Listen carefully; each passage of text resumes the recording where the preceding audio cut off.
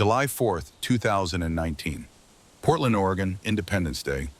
The kind of summer morning that makes you I've been remember waiting why for you love this. this country. Me too. It Blue feels skies stretching perfect. forever. You look beautiful. The smell of charcoal grills warming up in backyards across the city. American flags hanging from every other porch, their colors bright against white siding. Somewhere down the street, a kid is already setting off firecrackers, even though it's only 9 in the morning. The pops echoing between houses like tiny celebrations of freedom. Inside a small ranch house on Elm Street, a man named Thaddeus Whitmore is making breakfast. The house is quiet, too quiet. It's been that way for 2 years now, ever since his wife Adelaide passed. Cancer took her fast. Pancreatic. The kind that shows no mercy and offers no second chances. One day she was complaining about stomach pain. 6 months later, she was gone. Thaddeus is 99 years old. Let that number sit with you for a moment, 99. He was born in 1920 when Warren Harding was president and the Model T was still the height of automotive technology. He's lived through the Great Depression, World War II, Korea, Vietnam, the Cold War, 9/11, and everything that came after.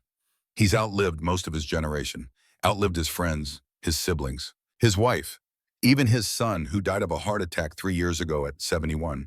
But Thaddeus is still here, still living alone in the house he bought in 1973, still making his own breakfast, still taking care of himself with a stubbornness that runs bone deep. This morning, he's decided to make Adelaide's lemon poppy seed bread. It's been 3 weeks since the last batch. He has time today, nothing else to do. His daughter Juniper invited him to a barbecue later, but that's not until 2 o'clock. Plenty of time to bake. He moves slowly through the kitchen. Everything takes longer now. His knees ache. His hands shake slightly when he reaches for things. But muscle memory guides him. 60 years of making this same recipe. His body knows the steps even when his mind wanders. He pulls out Adelaide's old recipe box. Wooden, hand-carved. Something she bought at a craft fair in 1976. The box is worn smooth from decades of use. Inside are hundreds of index cards, all in her perfect handwriting. That penmanship they don't teach anymore. Careful, deliberate, beautiful. He finds the card he's looking for. Lemon poppy seed bread. The card is stained, butter spotted, flour dusted. The ink has faded, but every word is still legible. Adelaide wrote this in 1961, back when they were still young, back when the future felt infinite. Thaddeus doesn't really need the card anymore. He's made this bread hundreds of times. Could do it in his sleep. But he likes looking at her handwriting. It's proof she was real. Proof their life together wasn't just a dream that fades when you wake. He measures everything carefully. 2 cups of flour, 1.5 cups of sugar, 3/4 of a cup of poppy seeds. He bought these seeds online 6 months ago. His grandson helped him order them. The boy is good with computers. Found a vendor with good reviews and a decent price. £3 for $19.95. Organic. The description said something about being unwashed, which the reviews claimed meant better flavor. More authentic. Thaddeus doesn't know that unwashed means something else entirely. Something dangerous. Something that will kill him in less than 3 hours. He mixes the dry ingredients. Adds eggs melted, buttermilk, lemon zest. The batter comes together, smooth and golden. He pours it into the loaf pan, slides it into the preheated oven, sets the timer for 60 minutes. The house fills with that familiar smell. Lemon and butter and something earthy and sweet. The smell of Sunday mornings, of Adelaide humming while she worked, of a life that made sense. At 8:45, the timer dings. Thaddeus pulls out the bread. Perfect. Golden brown on top, a crack running down the center just like it's supposed to, just like Adelaide's always turned out. He lets it cool for 15 minutes, then cuts himself 3 thick slices. He's hungry this morning, hungrier than usual. 3 slices instead of the usual 2. He eats standing at the kitchen window, looking out at Adelaide's rose bushes. She planted them the year they bought this house, 1973. They're still blooming, pink and red and white. She'd be pleased. The bread tastes exactly right. Sweet, bright with lemon. Those little black seeds giving it that familiar crunch. Maybe slightly more bitter than he remembers. But his taste buds aren't what they used to be. Nothing is what it used to be when you're 99. By 9:30, Thaddeus feels strange. Not sick exactly, just odd. Heavy, like his body weighs twice what it should. Like gravity has increased and is pulling him down toward the earth with unusual force. He makes his way to the living room, sits down in his recliner, the same one Adelaide bought him for his 97th birthday. Brown leather, comfortable, worn in all the right places. The television is on. Some morning news program. People talking about holiday celebrations. Parade routes, fireworks safety, their voices sound far away, like they're speaking underwater, like they're in a different room, a different house, a different world. Thaddeus's eyelids are heavy, so heavy, he tells himself he'll just close them for a moment. Just rest until this odd feeling passes. He's 99. He's earned a nap. His breathing slows. Shallow breaths. His heart rate drops. The morphine in his system, nearly 200 milligrams from those 3 slices of bread, is systematically shutting down his body's most basic functions. His respiratory system, his cardiovascular system, everything that keeps a human being alive. Thaddeus Whitmore is dying, and he has no idea. His last conscious thought is of Adelaide. Not old Adelaide, sick and dying. Young Adelaide, 23 years old in her wedding dress. October 1948. Her smile bright enough to light up the dingy courthouse where they got married because they couldn't afford a church wedding. Smiling at him like he was the only man in the world. Like he was enough. Like their future together was guaranteed. Then nothing. Just darkness. Just sleep. The kind you don't wake up from. At 1:45 that afternoon, Thaddeus's daughter Juniper calls. No answer. She's not worried yet. He's 99. Maybe he's in the bathroom. Maybe he dozed off. Maybe he can't hear the phone. His hearing isn't great anymore. At 2:30, she calls again. Still no answer. Now a small worm of worry starts turning in her stomach. She tells herself she's being paranoid. He's fine. He's always fine. At 3:15, Juniper drives to her father's house. His car is in the driveway. The front door is locked. She uses her spare key, calls out as she enters. Dad, it's me. You ready for the barbecue? No answer. The house smells like lemon, like baking, like home. She finds him in the living room, in his recliner, his head tilted back, his hands resting on the armrests. He looks peaceful, like he's sleeping. Dad, she says softly. She doesn't want to startle him. She touches his shoulder. His body is cold, not cool, cold. The kind of cold that means hours, not minutes. Juniper knows, but she calls 911 anyway. Because what else do you do when you find your father dead in his chair? On the 4th of July? When the last time you saw him was 3 days ago, and he seemed fine when he was 99 years old, and you thought you had more time, even though you knew you didn't. The paramedics arrive within 7 minutes. They try everything in their protocol. CPR, epinephrine, everything they're trained to do. But Thaddeus Whitmore has been dead for hours. His body is already cooling, already stiffening, already becoming something that used to be a person but isn't anymore. They pronounce him at 3:48 p.m., time of death estimated between 10 and 11 a.m. Natural causes, most likely. He was 99. People that age die, it's what happens. The police come, standard procedure for an unattended death. 2 officers, young, professional. They walk through the house looking for anything suspicious. Pill bottles, alcohol, signs of a struggle. Anything that would indicate this wasn't just an old man dying peacefully in his chair. They find nothing alarming, just the quiet accumulation of a long life. Photos on every wall, decades of memories. A kitchen that's clean except for a cutting board with a partially eaten loaf of bread.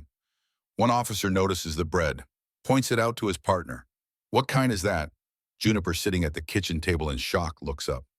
Lemon poppy seed, my mother's recipe. Dad made it every week. He liked feeling connected to her. The officer nods, makes a note in his pad, probably nothing, but he writes it down anyway. You never know what might be relevant later. The medical examiner takes the body. The autopsy is scheduled for the next day. Routine. An old man, no obvious trauma, no signs of foul play, almost certainly natural causes. But the toxicology screen, when it comes back 3 days later, tells a different story. Morphine, high levels, and codeine. Thebaine. The complete spectrum of opium alkaloids. Concentrations that would sedate a horse. Concentrations that killed a 99-year-old man whose heart couldn't handle the respiratory depression. The medical examiner is confused at first. He reviews the scene photos. No pill bottles, no prescriptions, no syringes, no drug paraphernalia. Where did the opiates come from? He calls the investigating officer. They discuss the case. The officer mentions the bread, the poppy seeds. Could that be it, he asks. The medical examiner has heard about this.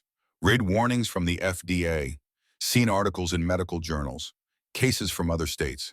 But he's never encountered one personally. Never thought he would. It seems too bizarre, too unlikely. Seeds from the grocery store killing people. It sounds like an urban legend, but he does the math. 3 slices of bread, 3/4 cup of seeds in the full loaf, roughly a quarter cup per slice. If those seeds contain 50 micrograms of morphine per gram of seed weight and a quarter cup of poppy seeds weighs approximately 30 grams, then each slice contained roughly 1,500 micrograms. 1.5 milligrams times 3 slices equals 4.5 milligrams of morphine. Except these weren't normal seeds. These were unwashed, organic, ordered from an online vendor who sourced from farms that did minimal processing. These seeds contained not 50 but 200 micrograms per gram, maybe more, 4 times the concentration of typical grocery store seeds, which means each slice contained 6 milligrams of morphine, times 3 slices equals 18 milligrams. Add in the codeine and other alkaloids. Factor in Thaddeus's age, his weakened heart, his compromised liver that couldn't metabolize the drugs fast enough. The math adds up to death, accidental, preventable, tragic. The medical examiner rules it accidental opioid overdose. Cause of death, acute morphine toxicity from ingestion of poppy seeds. He notes in his report that the deceased had no history of drug abuse, no prescriptions for opioid medications, no indication that this was intentional. Just an old man making his dead wife's bread recipe. Just breakfast. Just 3 slices of something he'd eaten safely for 60 years. The report goes into the system, becomes a statistic. One more death in an epidemic that most people don't even know exists. An invisible crisis hiding in plain sight. In kitchens, in grocery stores, in recipe boxes passed down through generations. Juniper Whitmore receives the medical examiner's report 2 weeks later. She reads it 3 times, 4 times. Trying to understand, trying to make sense of how her father died from breakfast, from her mother's recipe, from something as innocent as seeds. It doesn't make sense, can't make sense. And yet the toxicology numbers don't lie. The morphine levels don't lie. The cause of death is clear even if the reason remains incomprehensible. She starts researching late at night when she can't sleep, Googling phrases like poppy seed death and opiate poisoning food and morphine bread. And she discovers she's not alone, that her father isn't the only victim, that there are hundreds of cases, maybe thousands, an entire hidden epidemic, and she gets angry. The kind of anger that burns cold and clear and righteous, the kind that doesn't fade with time but crystallizes into purpose. But we're getting ahead of ourselves. That's the end of the story. First, you need to understand the beginning, the 5,000 years that led to this moment. The long, strange journey of the poppy seed from sacred medicine to breakfast topping to accidental poison. You need to understand why Thaddeus Whitmore never had a chance, why nobody warned him, why the system failed him so completely that he died alone in his chair on a beautiful summer morning. You can't make this up, but I'm going to tell you anyway. Hey guys, tonight we're talking about poppy seeds, those tiny black dots your mother sprinkled on Sunday breakfast rolls. The ones your wife folded into lemon cakes and coffee cakes and the occasional bagel. The ones your grandchildren probably don't even notice anymore because they're too busy staring at their phones to pay attention to what they're eating. Before we start, let me say this clearly. Like this video and subscribe, but only if you genuinely enjoy spending an hour with me before bed. I'm not here to trick you into clicking. I'm not here to waste your time. Your time is valuable. You've lived long enough to know that. So if this isn't for you, no hard feelings. Click away. Find something else. But if you're staying, if you're settling in for the long haul, then welcome. I'm glad you're here. Now I have a question for you, a personal one. Do you remember the smell of your grandmother's kitchen on Sunday mornings? That particular combination of yeast and butter and something indefinably sweet. Do you remember watching her hands as she kneaded dough, the way flour dusted her apron, the way she'd hum old hymns while she worked? Do you remember feeling safe in that kitchen? Feeling like the world made sense and nothing bad could happen there? Comment below and tell me. Because tonight's story starts in a kitchen just like hers. And it ends in ways none of us expected. All right, turn off the lights if you haven't already. Switch on a fan for that gentle white noise, that ambient whooshing that blocks out the world. Pour yourself a drink if you'd like. Coffee, whiskey, water, whatever helps you settle. And let's begin. Have you ever wondered why something so innocent could hide such danger? Did you know those seeds sat next to the cinnamon for 5,000 years before anyone seriously worried? What if I told you the difference between a bagel topping and a felony is just how well someone rinsed, How did ancient priests and 1950s housewives use the same plant for such different purposes? Why is the strongest thing you can buy at the grocery store technically legal, but only if you don't actually use it? What happens when your attempt at natural healing lands you in a morgue? And who decided that breakfast could be a crime scene? Congratulations. You've just woken up in the year 3400 before the Common Era. You're standing in Samaria, in the cradle of civilization, between the Tigris and Euphrates rivers, where humanity first decided that settling down was better than wandering. Where we invented writing so we could keep track of debts and grain stores. Where we invented beer because water wasn't always safe to drink. Where we invented the idea that tomorrow might be better than today if we planned for it. The air smells like warm clay bricks drying in the sun, like river water and fish and human sweat. And something else, something sweet and slightly cloying. Poppies, growing in careful rows at the edge of the settlement. Tall, pale flowers swaying in the breeze like they know secrets you don't. And they do. Oh, they do. You're about to witness the birth of humanity's oldest medicine and its oldest temptation. The beginning of a relationship between humans and a plant that would last 5 millennia. That would save millions of lives. That would destroy millions more. That would become so woven into the fabric of human civilization that we can't imagine a world without it. Let's begin. Let's ease into this world gently. Take your time, because you're standing thousands of years before Christ, before Caesar, before anything you'd recognize as modern civilization. But you're also standing in a place that would feel strangely familiar if you looked past the surface differences. You're a farmer, not by choice. Nobody in this era chooses their profession. You farm because your father farmed and his father before him. Because the alternative is starving or becoming a soldier, and you've seen what happens to soldiers when wars end. They come home missing pieces, limbs, eyes, sanity. So you farm, you wake before dawn, you work until your back screams, you break your body day after day to coax food from earth that doesn't want to give it up easily. And your back hurts. It hurts all the time now. A constant grinding ache that starts at the base of your spine and radiates up between your shoulder blades. The kind of pain that makes you gasp when you bend over. That makes you hesitate before standing up because you know it's going to hurt. This is the price humanity paid when we invented agriculture. When we stopped hunting and gathering and started staying in one place. We traded freedom for stability, wandering for certainty, and we paid for it with our bodies. With backs that weren't designed for repetitive bending. With knees that weren't meant to squat for hours. With hands that weren't built to grip tools until the joints swelled and stiffened. There's no ibuprofen in this world. No heating pads, no physical therapy, no workers' compensation or disability insurance. There's just you and the pain and the work that never stops because crops don't care if you're suffering. But there's also this, the village healer, an old man, older than anyone else you know, 60 maybe, which is ancient in a time when most people die before 40. He has careful hands and knowledge passed down through generations, secrets written on clay tablets and memorized in case the tablets break. He gives you a cup. The liquid inside is cloudy, milky white. It smells earthy and bitter, like the bottom of a riverbank mixed with smoke.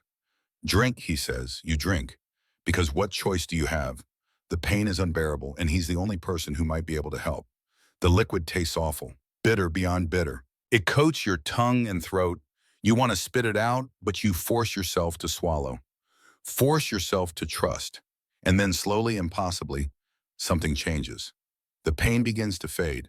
Not completely, not magically, but enough. Enough that you can take a full breath without wincing. Enough that you can stand up straight for the first time in weeks. Enough that you remember what it feels like to exist without constant agony. The Sumerians called this plant Holgil, the plant of joy. They weren't wrong. What you just drank was opium, the dried latex sap of the Papaver somniferum plant, the opium poppy. And it contains morphine, the same chemical that would be synthesized in German laboratories 4,000 years later. The same chemical that would save countless lives on Civil War battlefields. The same chemical that would destroy families and fuel international drug wars. The same chemical that flows through Thaddeus Whitmore's bloodstream right now. 99 years old and dying in Portland, Oregon, 5,000 years in your future. But right now, standing here in Samaria, with the pain finally manageable, morphine isn't good or evil. It's just effective. And that's enough. More than enough. It's everything. The Sumerians didn't understand chemistry. They didn't know about alkaloids or opioid receptors or the blood-brain barrier. They didn't know that morphine molecules were binding to mu opioid receptors in your central nervous system, blocking pain signals, and releasing floods of dopamine that made the world feel softer and safer and more bearable. They just knew that this plant worked, that it took away pain, that it helped people sleep when grief or worry kept them awake, that it could calm a screaming child, ease the pain of childbirth, make death peaceful instead of agonizing. They used it for everything. Toothaches, wounds, fevers, insomnia, the ache of loss, the pain of living, and yes, for religious experiences, because something that can change your relationship with pain can also change your relationship with the divine, can open doors in your mind that normally stay closed, can let you glimpse things that feel like truth even if they're just neurochemistry. The priests used it during rituals. The healers prescribed it freely. The common people took it when they could afford it and suffered when they couldn't, and they wrote about it on clay tablets, in cuneiform. The oldest written medical records we have include prescriptions for poppy preparation. Think about that for a moment. 5,000 years ago, when we were just figuring out how to live together in cities, how to organize ourselves into something resembling civilization, we already knew this plant. We already trusted it. We already needed it. We already understood in some intuitive way that it could both save and destroy. Humanity's first prescription was a poppy, and we've been writing that prescription ever since, over and over, in different languages, different contexts, different delivery methods, but always the same plant, always the same promise of relief. Let that sink in. Let yourself feel the weight of 5 millennia of human suffering and human hope and human desperation, all focused on one flower. Now let's move forward, not in years but in centuries, not in steps but in leaps, because the poppy traveled from Sumeria to Akkad, from Mesopotamia to Egypt, from Egypt to Greece to Rome, like a sleepy botanical celebrity making its way through the ancient world, leaving changed lives in its wake. You're in Egypt now.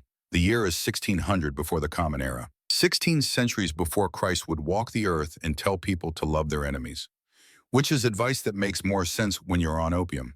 The pyramids are already ancient, so old that people have forgotten exactly how they were built. Mystery wrapped in stone. The Nile floods every year, predictable as sunrise, and the black silt it leaves behind grows everything, including poppies. The Egyptians called opium the plant of happiness. They included it in their medical texts. The Ebers Papyrus, one of the oldest medical documents we have, lists remedies containing poppy juice for pain, for coughing, for diarrhea, for crying children who won't sleep and are driving their parents to the edge of sanity. The wealthy had access to it easily, could afford as much as they wanted. The poor had to beg for it, save for it, go without and suffer. Some things never change. In every era, pain becomes a matter of economics. The rich buy relief, the poor endure. Now you're in Greece, 500 years before Christ. Democracy is being invented in Athens, though it's a democracy that excludes women and slaves, which is most of the population. Philosophy is being born. Socrates is wandering around asking annoying questions. Hippocrates is teaching young physicians the art of healing, and he's teaching them about opium. He calls it meconium, the juice of the poppy. He recommends it for pain, for sleeplessness, for internal diseases that don't have names yet. He's careful about dosage, respectful of its power, but he doesn't fear it. In his world, medicine is about balance, about helping the body heal itself. And sometimes the body needs help sleeping. Sometimes it needs help forgetting pain long enough to recover. Hippocrates dies, his students continue. The knowledge spreads like seeds on the wind. Doctors in every city prescribe opium. It becomes as common as wine, as unremarkable as bread. You're in Rome now, 200 years after Christ. The empire is vast, stretching from Britain to Mesopotamia, from the Rhine to the Nile. Millions of people speaking hundreds of languages, all united by Roman roads and Roman law and Roman soldiers. And those soldiers need medicine. Roman legionnaires carried opium in their packs, mixed it with wine, called it nepenthe, the drug of forgetfulness. It wasn't recreational. It was survival. Because when you're marching across Germania in winter and your leg is broken and the nearest city is 3 weeks away, you have two choices: die screaming or die peacefully with opium dulling the edges. Most men chose the opium. You would too. Anyone would. The Roman physicians wrote extensively about it. Galen, the most famous doctor of his age, described its effects in meticulous detail. The drowsiness, the constipation, the way it made pain disappear like morning fog, the way it could ease a coughing, stop diarrhea, calm hysteria. He also noted something else, something worrying. People who used opium for extended periods needed increasing amounts to achieve the same effect. And if they stopped suddenly, they suffered. Sweating, shaking, vomiting, pain worse than what they started with. Galen didn't call it addiction. That word wouldn't be invented for another 1,500 years. But he recognized the pattern, the trap. The way the cure could become its own disease. The way relief could turn into dependence, could turn into a prison made of need. Still, he kept prescribing because what else was there? Pain was universal. Suffering was constant. And opium worked. The mathematics were simple.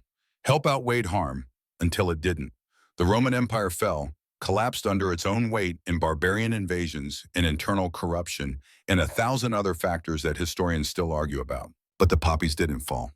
They kept growing, kept spreading, kept offering their services to whoever needed them. You're in Europe now, the Middle Ages. Some call them the Dark Ages, though that's not entirely fair. Life is hard, yes, brutal often, short usually, but not dark, not entirely. There's beauty here too, stained glass windows, illuminated manuscripts, music that makes your soul ache, faith that sustains people through horrors we can barely imagine. You're a farmer again, European this time. The year is 1200 and something. You've lost track. Years blend together when every day is the same. Work, pray, try not to starve, try not to freeze, try not to die of the dozen diseases that have no cure and no name. You're sick, a fever that won't break. Your wife is terrified because last winter the fever came through the village and took 6 people, including your youngest son Edmund. He was 4 years old. You buried him in ground so frozen you had to wait 3 days for it to thaw enough to dig. The village healer comes to your cottage. She's old, older than anyone you know. Her hands are gnarled with arthritis, but they move with confidence, with knowledge earned through decades of watching and learning and trying. She brews you a tea, poppy petals, willow bark, honey. You drink it.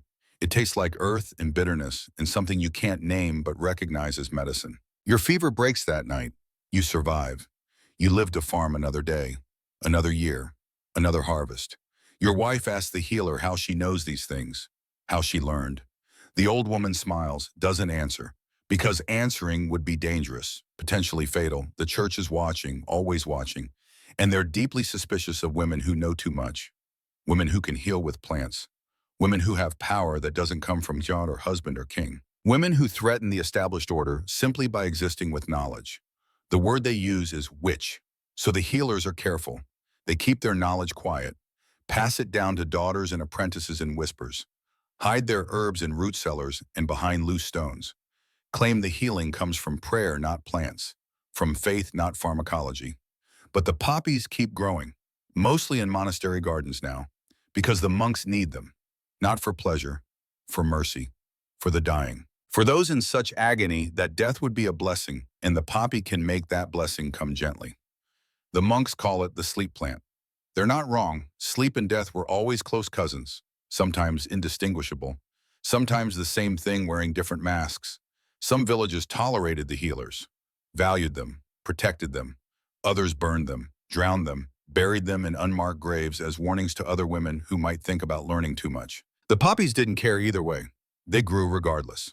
Patient, eternal, offering their gifts to anyone desperate enough to accept them. Here's what most people don't understand about the Middle Ages. It's not that people were ignorant. They weren't. They'd inherited thousands of years of accumulated knowledge from Greece, Rome, Egypt, Persia, and beyond. Libraries full of medical texts, botanical knowledge, surgical techniques. But they lived in a world where knowledge itself was dangerous, where asking the wrong questions could get you killed, where the wrong answer to "how do you know that" could end with you tied to a stake while kindling was stacked around your feet. So the knowledge went underground, into hidden gardens and secret manuscripts and oral traditions passed mother to daughter in the dark. The poppies survived because they had to, because pain survived. And where there's pain, there will always be someone desperate enough to seek relief, someone brave enough or foolish enough to grow the plant that helps. Now we're moving faster, time accelerating. The Middle Ages end, the Renaissance begins. The printing press spreads knowledge faster than it can be suppressed. The world starts opening up again, breathing again. You're in England now. 1815. The Napoleonic Wars just ended. Europe is exhausted. Britain is victorious but hollowed out. And you're a soldier. Or you were. You survived. Barely. You have a musket ball still lodged near your spine. The surgeon tried to remove it 3 times. Failed each time. Gave up. Told you to learn to live with it. Said you were lucky to be alive. Said many men died from less. He's not wrong. You are lucky. But luck is a cold comfort when the pain never stops. When every movement sends fire up your back. When sleep is impossible because you can't find a position that doesn't hurt. But you have access to something now. Something wonderful. Something that makes life bearable. Laudanum. It's opium dissolved in alcohol, 10% opium, 90% spirits. You can buy it at any apothecary. No prescription needed, no questions asked. It comes in a brown bottle with a handwritten label that says, "Take as needed for pain." You take it, the pain fades, not completely, but enough. Enough that you can sleep, enough that you can work, enough that you can smile at your wife and pretend you're the same man who left for war 4 years ago. The bottle empties quickly. You buy another, then another. The apothecary knows you now. Nods when you come in, doesn't comment on how often you visit, doesn't mention that you're buying 3 bottles a week now when you started with 1 bottle a month. Within a year, you're taking it every day, multiple times a day, not for pain anymore, for normal. Because without it, you don't feel normal. You feel sick, shaking, sweating, your bones ache, your skin crawls, you can't eat, can't sleep, can't function. But with laudanum, you're fine. Functional, you can work at the factory, you can pretend to listen when your wife talks about the children. You can make it through another day without screaming. This is 1815. The word addiction barely exists as a medical concept. People understand drunkenness. They understand opium habits, but they don't understand it as a disease, as something that rewires your brain's reward circuitry, as something you can't just choose to stop through willpower and moral fortitude. They think it's a character flaw, a weakness, a failure of will. If you can't control yourself, that's your fault, your shame, your secret to keep. So you keep it secret, you hide the bottles, you lie about why you're always tired, why your hands shake, why you disappear to the privy 6 times a day to take your dose in private, and you hope no one notices that you're slowly disappearing into a brown glass bottle, 1 swallow at a time. You can't make this up. But this is what happened to thousands of men, tens of thousands, wounded soldiers becoming laudanum addicts, living in a foam, dying young, nobody counting, nobody caring. Because if you couldn't control yourself, that was your problem. Not societies, not the governments, not the armies that sent you to war and brought you back broken. Now jump forward 30 years, 1845, England again. But this time you're not a soldier. You're a mother, you have 4 children. The youngest is 6 months old. A girl, beautiful, perfect, except she cries. Not occasionally, constantly, endlessly, her tiny face red with rage and some pain you can't identify or soothe. Colic, the doctor says. She'll grow out of it, but that doesn't help you now. At 2 in the morning, when she's been screaming for 3 hours straight, when your husband has work in the morning and is yelling at you to make her stop, when the neighbors are pounding on the walls, when you're so exhausted you can barely stand but you can't sleep because she won't stop crying. Your friend tells you about something. A miracle, she calls it. Mrs. Winslow's soothing syrup. Every mother uses it. It's perfectly safe. Natural ingredients. The label shows a peaceful baby sleeping in a mother's arms. It promises relief and health to your child. You buy a bottle at the chemist's. It's cheap, readily available. Right there next to the teething powders and stomach tonics. You give your daughter a spoonful. The label says as needed. It doesn't say how much, doesn't say how often, doesn't warn you about anything except maybe not giving it to children under 3 months old. Within 10 minutes, she's calm. Within 20 minutes, she's asleep. Deep, peaceful sleep. The kind she hasn't had since birth. The kind you haven't had in 6 months. You almost cry with relief. You do cry, because silence has never sounded so beautiful. What the label doesn't tell you is that Mrs. Winslow's soothing syrup contains morphine sulfate. A lot of it, enough to sedate a grown man. You're giving it to a 6-month-old baby whose body weight is maybe 15 pounds, whose liver can't process drugs efficiently yet, whose respiratory system is still developing.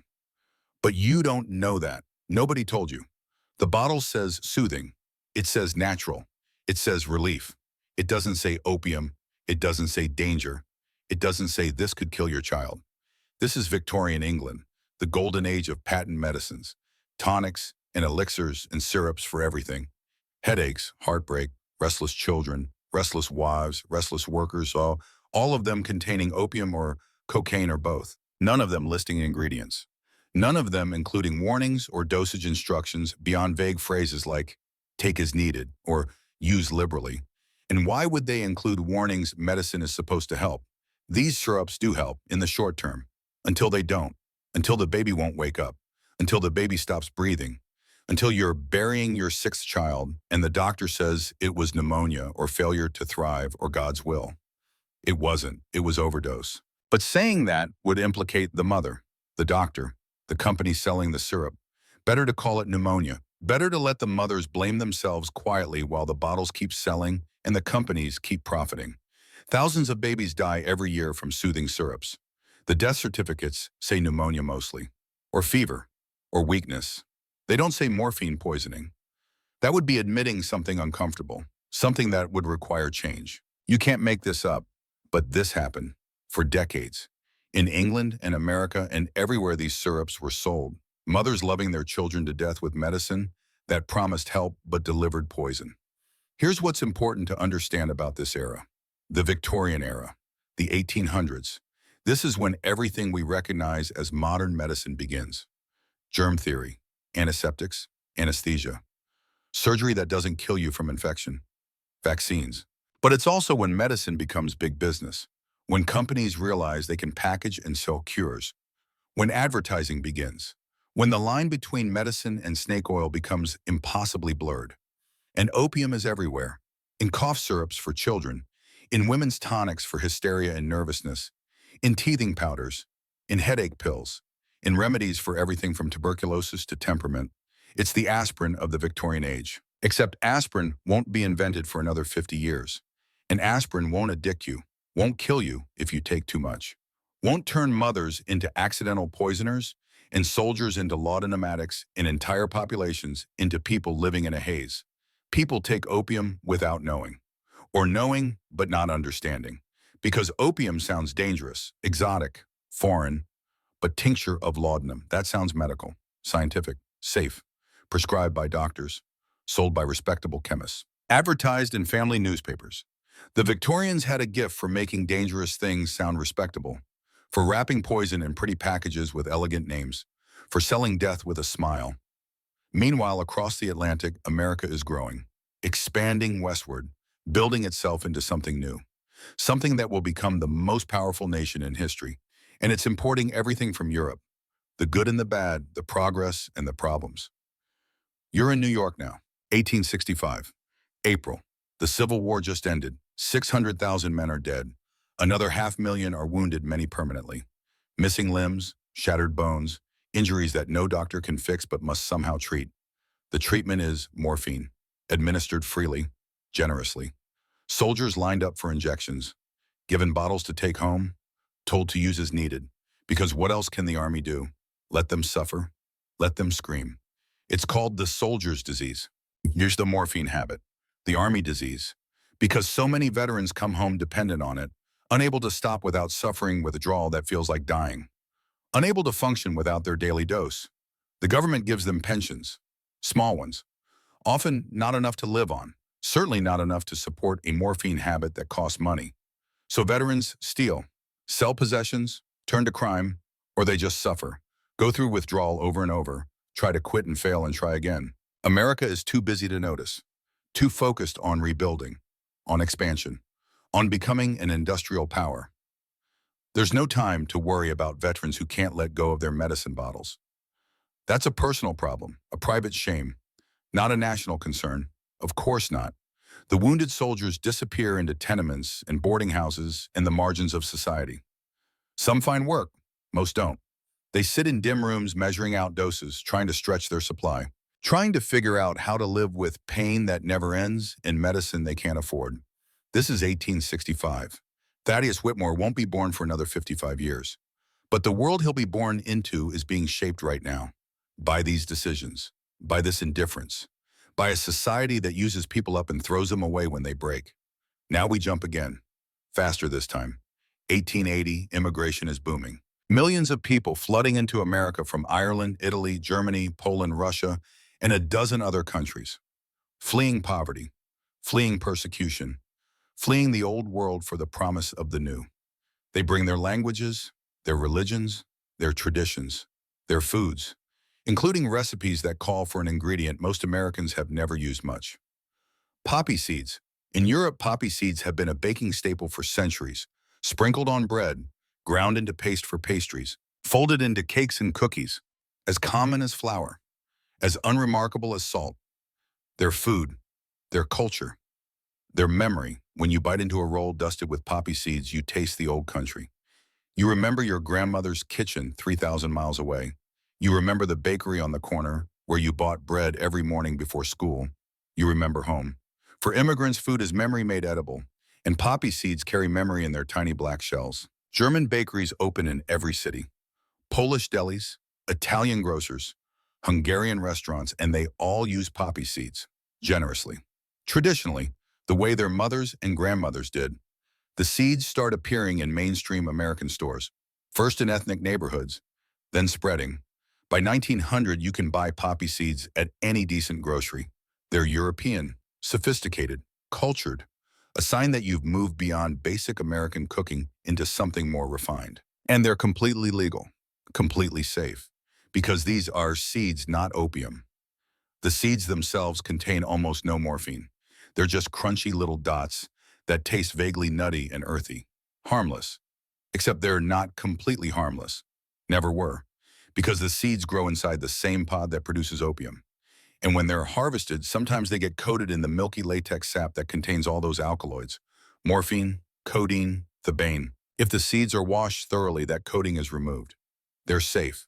Perfectly safe for baking and eating and sprinkling on your morning bagel. But if they're not washed well, if they're harvested carelessly, if they're processed by people who don't know or don't care about the coating, if they're sold unwashed to people who don't understand the difference, well, that's where things get dangerous. That's where breakfast becomes a gamble. That's where 5,000 years of relatively safe use suddenly becomes a crisis. But we're not there yet. We're still in the golden age, the innocent age, when a seed was just a seed and food from the store was trustworthy and natural meant safe. 1920. Thaddeus Whitmore is born in April in Pittsburgh. His father works in a steel mill. His mother takes in laundry. They're poor, but not desperately so. They have food, shelter, hope that their son's life will be better than theirs.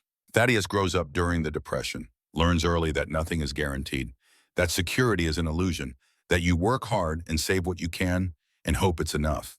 The poppy seeds are in stores now, in bakeries, in recipe books. Adelaide's mother uses them, makes a poppy seed cake for special occasions. The recipe will eventually pass to Adelaide, who will perfect it in 1961, who will make it for 60 years, who will pass it to Thaddeus when she dies, who will never know it could kill him, but that's decades away. Right now, poppy seeds are just seeds, innocent, waiting. We're at the end of chapter 1. We've traveled 5,000 years in 20 minutes, from Sumeria to America, from ancient priests to immigrant bakers. The poppy has been with us the entire time, sometimes celebrated, sometimes feared, sometimes forgotten, but always there, always patient. Humanity's oldest medicine, humanity's oldest temptation. And now as we move into the 20th century, as we approach the world, you remember living through the poppy is about to become something new, something American, something that hides in kitchens and recipe boxes and Sunday morning routines, something that seems so innocent you'd never suspect it could kill. Here's where things get interesting. Let's keep going. 1948, October, a courthouse in Portland, Oregon. It's a Tuesday afternoon, cold and gray outside. Typical fall weather in the Pacific Northwest. Inside, a young man stands nervously in front of a judge. He's 28 years old. His name is Thaddeus Whitmore. He's wearing his only suit, the one he bought for job interviews when he got out of the Army 3 years ago. It's starting to look worn, but it's clean, pressed, respectable. Next to him stands a young woman, Adelaide Martin. She's 26, wearing a simple blue dress she made herself. She's pretty in a quiet way. The kind of pretty that grows on you, that you notice more the longer you look. They're getting married, not in a church. They can't afford a church wedding, can barely afford the $5 courthouse fee. But that's okay. They're young, they're in love, They have time to do things properly later. Right now, they just want to be married, want to start their life together officially instead of just talking about it. The judge reads through the ceremony quickly. He has 6 more weddings scheduled this afternoon. It's Tuesday, the cheap day, when working people get married because they can't afford to take off work on a Saturday. Do you take this woman? I do. Do you take this man? I do. I now pronounce you man and wife. And just like that, Thaddeus and Adelaide Whitmore begin their marriage. It will last 70 years, through good times and hard times, through the births of 2 children and the death of one, through moves and jobs and illnesses and recoveries, through the slow accumulation of years that turn young people into old people without anyone noticing the exact moment it happens. But right now, they're just young, just starting, just hoping. They walk out of the courthouse into the gray afternoon. Adelaide is smiling. Thaddeus takes her hand. They have $17 between them and an apartment that costs $42 a month. They have no car, no savings, no prospects beyond Thaddeus's job at the machine shop that pays 60 cents an hour. But they have each other. And in October 1948, that feels like enough. Feels like everything. This is the world Thaddeus and Adelaide are building their life in. Post-war America, the country that won, the country that's about to become the richest nation in human history. The country that will build suburbs and highways and a middle class so vast that poverty will seem like something that only happens elsewhere. Thaddeus gets work at a machine shop in Northeast Portland. Good work, union work, steady pay with benefits, health insurance, pension. The kind of job that doesn't exist anymore, but used to be common enough that an ordinary man with a high school education could support a family, could buy a house, could build a life. Adelaide stays home. Not because Thaddeus forces her, because that's what women do in 1948. That's what's expected. And honestly, she likes it. Likes creating a home, making their small apartment warm and welcoming and beautiful on almost no money. She learns to cook, from magazines, from neighbors, from trial and error. She masters meatloaf and pot roast, casseroles that feed 2 people for 3 days on $5 of ingredients. She learns to bake bread because buying bread every day adds up. Better to make it yourself. Their first child is born in 1951. A boy. They name him Michael. He's healthy, strong, loud. Thaddeus holds him and feels something shift inside his chest, a weight settling, a purpose clarifying. Their second child arrives in 1954. A girl, Juniper. She's quieter than Michael was, more thoughtful. She watches everything with serious dark eyes. Thaddeus works longer hours, overtime when he can get it. The family needs money, space. They're cramped in the apartment. Adelaide mentions maybe looking at houses, just looking, just to see. In 1957, they tour a small house in Southeast Portland. 2 bedrooms, 1 bathroom, a garage that's more hope than structure. The yard is tiny, but there are rose bushes along the fence. Old ones, neglected but still blooming. Adelaide falls in love with those roses, imagines them healthy, pruned, flourishing. They can't afford the house. The asking price is $11,000. They have $800 saved. But there's something called the GI Bill now. The government helping veterans buy homes. Thaddeus applies, gets approved. They make an offer, $8,500. The sellers counter at $9,000. Deal. In May 1958, the Whitmore family moves into their house. Their first house. The place where they'll raise their children. Where they'll grow old together. Where Thaddeus will eventually die in his chair 71 years later. But right now, it's just exciting, overwhelming. They're homeowners. Americans, living the dream. Adelaide starts baking more seriously. She has a real kitchen now, room to spread out, counter space. She starts collecting recipes, cutting them out of magazines, copying them from neighbors onto index cards. In 1961, she finds a recipe for lemon poppy seed bread in Good Housekeeping magazine. Or maybe it's Ladies' Home Journal. She tries it. Thaddeus loves it, says it's the best thing she's ever made. She makes it for a church potluck. It's gone in 15 minutes. Women ask for the recipe. She writes it out on index cards. Her handwriting is perfect. Practiced. The kind of penmanship they taught in school but don't anymore. The lemon poppy seed bread becomes her signature dish, the thing she's known for. She makes it for birthdays, holidays, funerals, any occasion that requires bringing food. The bread becomes part of their family identity, Sunday mornings especially. After church, Thaddeus would have 2 slices with his coffee. The kids would fight over who got the end pieces. The house would smell like lemon and butter and something ineffably like home. This is 1961. Thaddeus is 41 years old. Adelaide is 39. Their kids are in school. Michael is 10. Juniper is 7. Life is good, stable, predictable in the best possible way. The poppy seeds Adelaide uses come from the local grocery store, Safeway. They come in a small tin, McCormick brand, red and white label, 1 ounce, 59 cents. The seeds are washed, processed, clean. They contain trace amounts of morphine, negligible amounts. You'd have to eat pounds of them to feel anything. And even then, you'd probably just get a stomachache from eating that much of anything. Adelaide doesn't think about any of this. Why would she? She's buying baking supplies. Food. The seeds are in the spice aisle next to the cinnamon and vanilla extract. They're as innocent as flour, as safe as sugar, and they are safe. In 1961, with the supply chains as they existed then, with the processing standards minimal as they were but adequate, the seeds really were safe, truly harmless. Just food. But let's pan out for a moment. Look at the bigger picture. Because while Adelaide is baking in Portland, other things are happening in America. The 1960s are beginning, the decade that will change everything, the decade everyone talks about. Civil rights, Vietnam, counterculture, the Beatles, Woodstock, assassinations, moon landings, the entire world cracking open and rearranging itself. But in 1961, most people don't see it coming yet.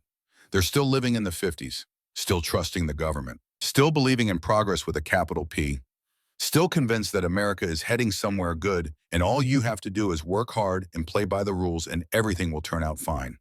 Thaddeus believes this completely. Adelaide believes it. They teach it to their children. It's the American gospel, the promise. And for them, for a while, it's mostly true. Michael does well in school, gets a scholarship to University of Oregon, studies engineering, graduates in 1973, gets a good job with Boeing in Seattle, marries a nice girl he met in college. They have 2 kids. The American dream continues. Juniper becomes a teacher, elementary school, 3rd grade. She's good with kids, patient, kind. She marries late, 35, to a man who works for the post office. Steady, reliable. They have 1 daughter. They stay in Portland, stay close to Thaddeus and Adelaide. This is the life the Whitmores built. Ordinary, unremarkable, good. The kind of life that historians don't write about, but that constitutes most of human existence. The quiet lives, the ones that don't make headlines but make up the fabric of a society. The 1960s become the 70s. The world keeps changing. Nixon resigns. Vietnam ends badly. The economy falters. Gas lines, inflation, stagflation. The sense that something fundamental has shifted and nobody knows quite what or how to fix it. Thaddeus keeps working at the machine shop. The work is harder now. His body is wearing out, 50 years old and feeling 70. His back aches constantly. His knees are shot. His hands are starting to curl with arthritis. But he doesn't complain. Men of his generation don't complain. You push through. You do your own. You support your family. That's what men do. Adelaide keeps baking. The poppy seed bread remains a staple. She's made it so many times she doesn't need to look at the recipe anymore. Can do it by feel, by memory. It's meditative, comforting, a connection to who she was 30 years ago when everything was new and possible. The 1980s arrive. Reagan is president. The Cold War is in its final act. America is winning again. At least that's the story. At least that's what the news says. The reality is more complicated. Factory jobs are disappearing. Unions are weakening. The middle class is starting to fracture along fault lines that will become chasms. But Thaddeus has his pension. Adelaide has her home. Their kids are grown and doing okay. They're fine. They're survivors. They made it through the Depression and World War II and Korea and Vietnam and every other crisis America went through. They'll make it through whatever comes next. Let me pause here and tell you about someone else. Someone whose story runs parallel to Thaddeus's. Someone who won't be as lucky. His name is Harlan Desmond. He was born in 1923, 3 years after Thaddeus. He grew up in Pittsburgh, too. Different neighborhood, but close enough that they might have passed each other on the street as children. Might have played in the same parks, shopped at the same stores. Harlan's path diverged during the war. He was draft age when Pearl Harbor happened. Enlisted right away, spent the war in the Pacific, saw things he never talked about, did things he tried to forget. He came home in 1946, got a job at a steel mill, married a woman named Martha, had 3 kids, built a life that looked a lot like Thaddeus's life. Working class, stable, respectable. Harlan worked that steel mill job for 40 years. 40 years of heat and noise and danger, of molten metal and 12-hour shifts and breathing air that probably shouldn't be breathed. His hands were scarred from burns. His hearing was shot by 50. His lungs were full of particles that would eventually kill him. But the pay was good. The benefits were excellent. He bought a house, raised his kids. His wife Martha stayed home until the kids were grown, then got a job as a secretary at an insurance company. They were comfortable. Not wealthy, but comfortable. Secure. Harlan retired in 1985. He was 62, old enough for Social Security, young enough to enjoy retirement. He had plans, fix up the house, do some traveling, spend time with grandkids. But his back hurt. Constant grinding pain from 40 years of lifting and bending and working in positions no human spine was designed for. He went to his doctor. The doctor prescribed ibuprofen, 800 milligrams, told him to rest, ice it, give it time. The ibuprofen didn't help, not even a little. The pain was too deep, too structural, too much damage accumulated over 4 decades of breaking his body for a paycheck. Harlan went back to the doctor. Asked for something stronger. The doctor was reluctant. This was 1985, the beginning of the just say no era. Nancy Reagan on television telling kids to refuse drugs. Doctors being warned about overprescribing painkillers, about creating addicts. The doctor said no, said Harlan should try physical therapy, lose some weight, maybe surgery if it got bad enough. Harlan couldn't afford surgery. His insurance wouldn't cover it unless he tried everything else first. Physical therapy was expensive, and it hurt worse than not doing anything. So Harlan suffered, quietly, privately, the way men of his generation were taught to suffer. Don't complain, don't burden others, handle it yourself. Until he read an article, in a magazine, maybe Prevention, maybe Reader's Digest, one of those publications that mixed legitimate health advice with questionable alternative remedies and advertisements for products that probably didn't work. The article was about natural pain relief. It mentioned several options: turmeric, ginger, willow bark, acupuncture. And buried in the middle of the third paragraph was one sentence about poppy seed tea. The article explained that poppy seeds contain trace amounts of natural opiates, that steeping them in hot water could extract those compounds, that people had been using this as a folk remedy for centuries in various cultures, that it was natural, legal, safe. Harlan was desperate. He tried it. He bought a pound of poppy seeds from the local health food co-op. They sold them in bulk, scooped them out of a big plastic bin. Organic, unwashed. The kind that hippies and health nuts bought for baking and salads and whatever else health-conscious people did with seeds. The co-op didn't know these seeds were different, didn't know they came from a supplier who did minimal processing, who valued natural and organic over safe, who shipped seeds with significantly higher alkaloid content than grocery store brands. Harlan followed the instructions he'd found in the magazine. Simple instructions: soak 2 cups of seeds in hot water, let steep for 20 minutes, shake vigorously, strain through cheesecloth, drink the liquid. It tasted terrible, bitter and earthy and wrong, like drinking mud. But within 30 minutes, Harlan felt his pain fade, not completely, but significantly. Enough that he could stand up straight for the first time in months, enough that he could move without wincing, enough that he could breathe deeply without feeling like his spine was grinding itself to powder. It was a miracle, the first real relief he'd had since retiring. Harlan drank the tea every morning for 2 years. Every single morning, same amount, same preparation. It became his ritual, his medicine, his secret. Martha didn't know. She knew Harlan's back hurt, knew he'd been to doctors, but she didn't know about the tea. Harlan didn't tell her, didn't want her to worry, didn't want her to think he was doing something strange or dangerous. In March of 1987, Martha went to visit her sister in Philadelphia for a week. Harlan stayed home, couldn't travel. His back made long car rides impossible. On the third day Martha was gone, Harlan made his morning tea. Same as always, same 2 cups of seeds, same preparation. He drank it, watched the morning news, started feeling drowsy around 10 a.m.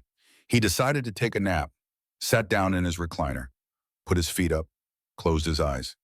He never woke up. Martha found him when she got home 5 days later, called his name, no response, touched him. He was cold, long cold, days cold. The paramedics came. Too late. The medical examiner ruled it a heart attack. 64-year-old man with a history of factory work, probably cardiovascular disease. Probably years of accumulated damage finally catching up. They didn't test for opiates. Why would they? Harlan didn't do drugs, had no prescriptions for painkillers, no history of substance abuse, just an old factory worker dying of a heart attack. Happens every day.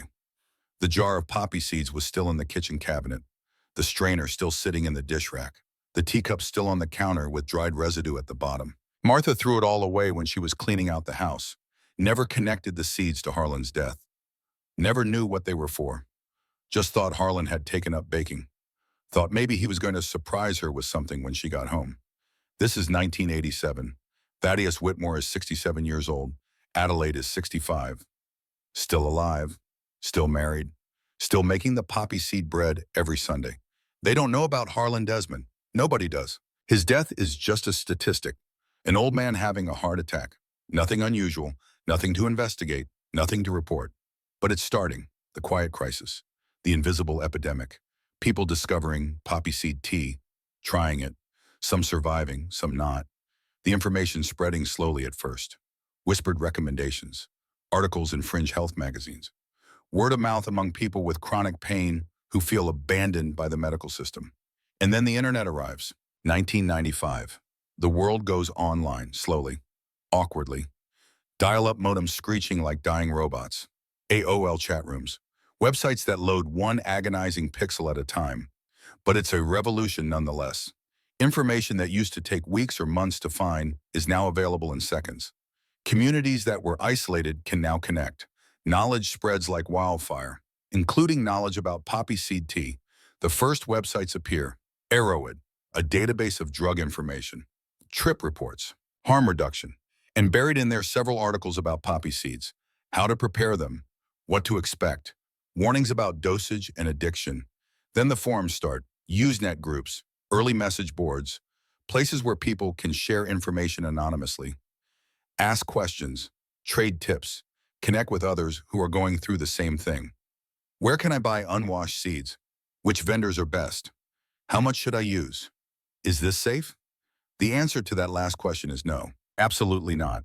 But nobody wants to hear that because the people asking aren't recreational drug users looking for a high. They're people in pain, people whose doctors won't help them, people who've been told their suffering is psychological or exaggerated or their own fault. They're looking for relief, and the poppy promises relief, has promised it for 5,000 years. Why would now be different? Let me tell you about Miriam Calloway. Miriam was born in 1938, became a teacher, third grade, taught for 35 years in the Philadelphia public school system, loved every minute of it, loved the kids, loved watching them learn to read, loved the moment when something clicked and their faces lit up with understanding. She retired in 1993. She was 55, looking forward to traveling with her husband, to spending time with her grandchildren, to maybe writing that novel she'd always thought about. But she couldn't sleep. Menopause hit hard, hot flashes, night sweats, insomnia that lasted for months. She'd lie awake for hours, exhausted but unable to drift off. Her doctor prescribed sleeping pills. They worked for a while, then stopped working, then worked only if she took double the recommended dose. She tried everything: melatonin, chamomile tea, white noise machines, sleep hygiene protocols. Nothing helped, nothing worked. In 1996, Miriam got online. Her daughter set up the computer, taught her how to use Netscape Navigator, how to search, how to send emails with clip art attached. Miriam found a Usenet group for people with chronic insomnia. She lurked for weeks, reading posts, learning the language, understanding the desperation. Someone mentioned poppy seed tea, said it was the only thing that helped them. Natural, gentle, no hangover like sleeping pills, no grogginess in the morning. Miriam was skeptical, but she was also desperate. And desperation makes you try things you normally wouldn't. She ordered seeds from a vendor someone recommended in the forum. 2 pounds. They arrived in a plain brown package. No labels, no warnings, just seeds. She made tea according to instructions she'd found online. 1 cup of seeds, hot water, steep, strain, drink half. That night, she slept for 8 hours straight, deep, dreamless sleep. She woke up feeling rested for the first time in a year.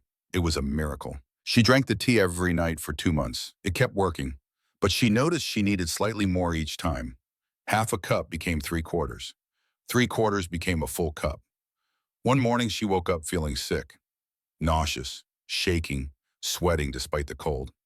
Her bones ached. Her skin felt wrong. She made the tea, felt better within an hour. That's when she understood. She wasn't taking it for sleep anymore. She was taking it to avoid withdrawal. She was dependent, addicted, to tea made from seeds she bought online. Miriam tried to stop. The withdrawal was unbearable, worse than anything she'd experienced. She ended up in the emergency room, told the doctor what she'd been taking. He looked at her like she was crazy. Poppy seed tea from grocery store seeds. That's not possible, but the toxicology screen said otherwise. Morphine, codeine, high levels. The doctor admitted her, treated her for opioid withdrawal, kept her for 3 days, released her with a referral to addiction services and a look in his eyes that said he'd seen everything now. Miriam never went to addiction services. Too ashamed. She switched doctors, got a prescription for proper sleeping pills, threw away the poppy seeds, told her husband it was just stress. He believed her because he wanted to, because the alternative was too strange to contemplate. She's one of the lucky ones. She survived, but she never forgot how easy it was. How something that sounded so innocent, tea made from seeds you could buy anywhere, could trap you so completely, could turn you into an addict without you even realizing it was happening. This is 1996. Thaddeus Whitmore is 76 years old. Adelaide is 74. They're slowing down. The kids visit less often. The grandkids are busy with their own lives. Life is quieter now, smaller. Adelaide still bakes the poppy seed bread. Not every week anymore. Her hands don't work as well as they used to, arthritis making the mixing difficult. But she still makes it for special occasions. Thaddeus's birthday, Christmas, Easter. The bread tastes the same. The recipe hasn't changed in 35 years, but the world around it is changing. The internet is growing. Information is spreading faster than ever.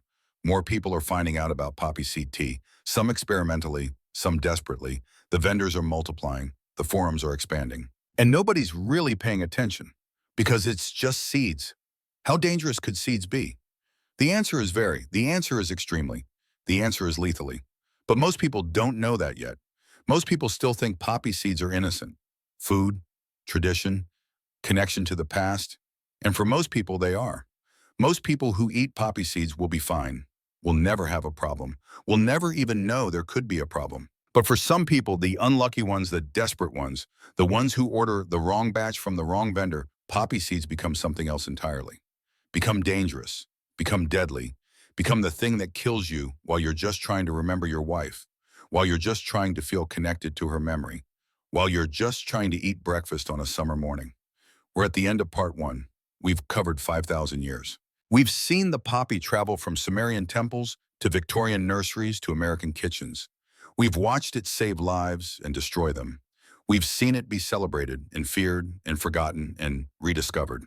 And now we're approaching the moment everything converges. The moment when Thaddeus Whitmore orders seeds online, when the past catches up with the present, when 5 millennia of history collapse into one breakfast, one loaf of bread, one fatal mistake. But before we get there, you need to understand what happened between 1996 and 2019. The 23 years when the invisible epidemic became impossible to ignore, when the deaths started piling up, when people finally started asking questions. That's part 2. The crisis, the reckoning, the slow realization that something had gone terribly wrong and nobody knew how to fix it. Let's continue. You can't make this up. 2001. September 11th. You remember where you were. Everyone does. The images burned into collective memory so deeply they feel like personal experience, even if you only watch them on television. The towers falling, the smoke, the people, the feeling that nothing would ever be the same. And nothing was. Of course, America goes to war. Afghanistan, then Iraq. Young men and women deploy. They come back changed. Some don't come back at all. The ones who do often bring invisible wounds. PTSD, traumatic brain injuries, chronic pain from injuries that heal wrong or don't heal at all. The VA hospitals are overwhelmed. Wait times stretch for months, years. Veterans sit in waiting rooms filling out paperwork being told their pain is psychosomatic, being told to try meditation, being told there's nothing physically wrong that can be found on imaging, so maybe it's all in their head. But pain isn't in your head when you feel it in your body every waking moment. Let's be honest about that. The lucky ones get prescriptions, OxyContin, Vicodin, Percocet. The pills work beautifully. So well that within months the veterans need them. Not want them, need them. Their brains have rewired themselves around these chemicals. Tolerance builds. Doses increase. And when the prescriptions run out, when doctors suddenly say no more because the DEA is cracking down, these men and women are left with an impossible choice. Suffer or find another way. Some find heroin. It's cheaper than pills now. Easier to get in many neighborhoods. More dangerous, yes, but when you're desperate, danger becomes negotiable. Becomes just another risk in a life already defined by risk. Others find something quieter. Something that sounds innocent. Something their grandmother might have used. Poppy seed tea. Let me take you back to Portland, to Thaddeus Whitmore's neighborhood. The year is 2017. Thaddeus is 97 years old now. Adelaide is 95. They've been married for 69 years. Think about that number for a moment. 69 years. Most marriages don't last 7. They've outlived friends, siblings, most of their generation. Michael, their son, died 3 years ago. Heart attack at 71. Thaddeus and Adelaide buried their child, which is something no parent should have to do no matter how old that child is. But they still have each other, still have their house, still have their routines. The neighborhood has changed around them. Younger families moving in, prices rising, gentrification they call it. The old corner store where Adelaide used to shop closed 5 years ago. Now it's a coffee shop that sells $6 lattes and has Wi-Fi. But inside their house, time moves slower. The furniture is the same. The photos on the walls chronicle decades. Wedding pictures in black and white. Baby photos that have faded to sepia. School portraits. Grandchildren. Great-grandchildren now. The kitchen is Adelaide's domain. Always has been. She's slowed down considerably. Her hands shake. Her eyesight is poor even with glasses. But she still bakes occasionally.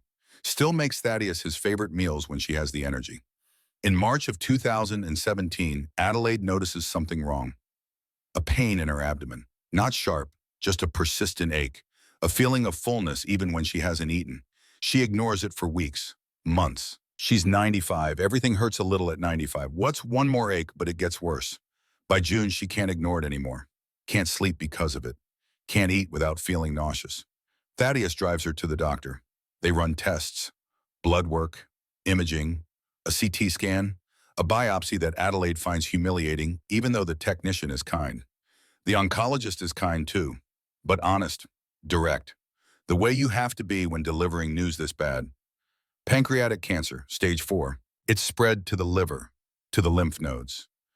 Inoperable. How long? Adelaide asks. Her voice is steady. She's always been practical. No point in falling apart. Better to know, better to plan. 6 months, the oncologist says. Maybe less. We can try chemotherapy, but at your age with the cancer this advanced, it might cause more suffering than benefit. The side effects can be severe. The odds of it working are very low. Adelaide looks at Thaddeus. He's trying not to cry. Failing. After 69 years, she can read his face better than words. I want to go home, she says. No treatment, just home. The oncologist nods. He's seen this before. Seen people make this choice. It's often the right one. Sometimes the only one that makes sense. They arrange hospice care. A nurse will visit twice a week. They provide medications for pain, for nausea, for the symptoms that will come as the cancer progresses. Adelaide goes home. To the house she's lived in for 59 years. To the bedroom she's shared with Thaddeus for nearly 7 decades. To the kitchen where she's baked thousands of meals.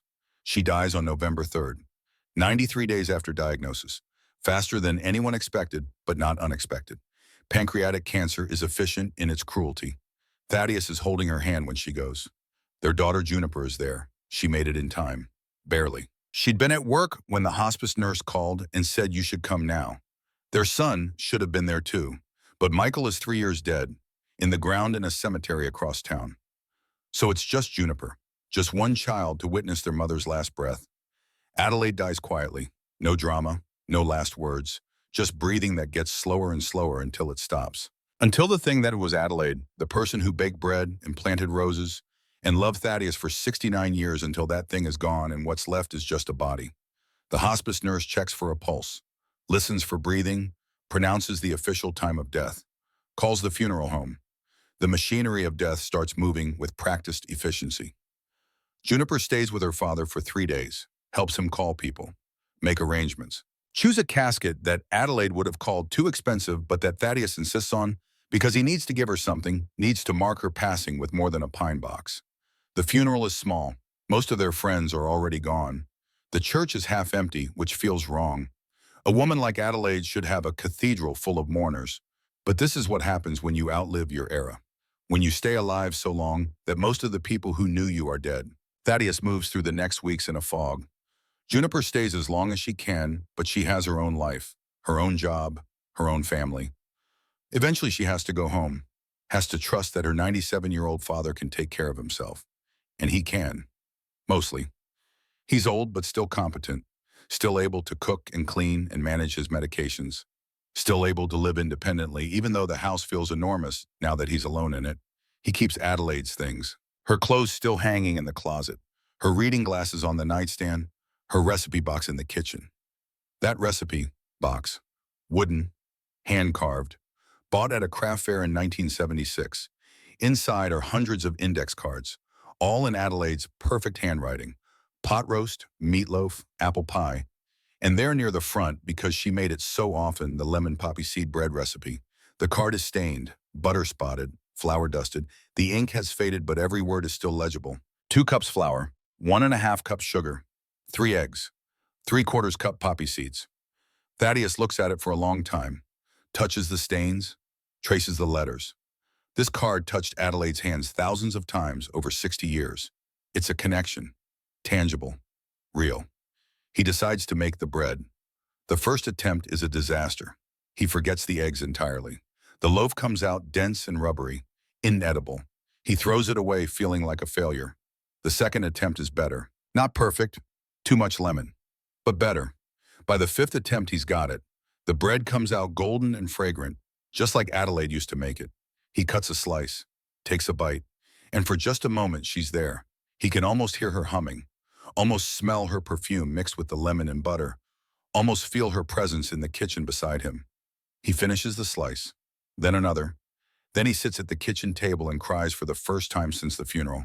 Deep, shaking sobs that come from somewhere so deep he didn't know it existed. This is how Thaddeus survives the first year without Adelaide. He bakes her recipes. He talks to her photo. He maintains the routines they built together because routines are all that's left.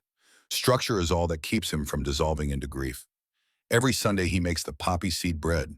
He eats 2 slices with his coffee, just like always, just like 60 years of Sundays before Adelaide died. The bread connects him to her, to their life together, to a time when they were young and the future stretched out infinite and bright. The bread is memory made edible, love made tangible, loss made bearable.